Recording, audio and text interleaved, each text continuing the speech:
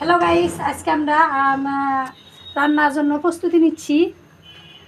বেগুনি এমনকি আলু নিই। আমার মেয়ে এই দুইটা খাবার খুবই পছন্দ করে, তাই তো আর কি তার পছন্দের খাবার রান্না করতেছি। আপনারা দেখতে থাকেন। আমি তার আগে এই যে বেসনের এটা কাইটা আগেই করে রাখছি, এইগুলিটা এখন আমি বেগুনিগুলো করে দিচ্ছি। দেখেন, মানুষ বলে বাসায় বেগুনি অনেকেই করতে পারে না, আমি কিন্তু বাসায়ই করি মূলত। এ দেখেন,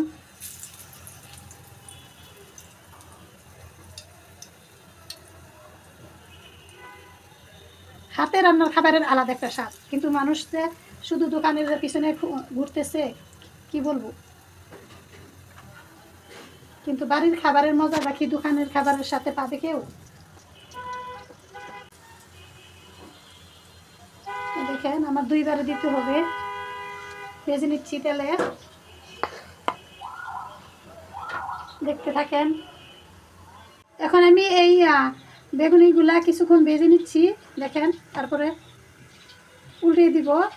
আপনারা দেখতে থাকেন। এই দেখেন, আমি প্রত্যেকটা উল্টে দিচ্ছি। আমি কিন্তু দোকানের মতো অনেক বেশি তেলের মধ্যে বাঁচতেছি না, কারণ অনেক বেশি তেলে ফ্যামিলিতে বাজার দরকার হয় না।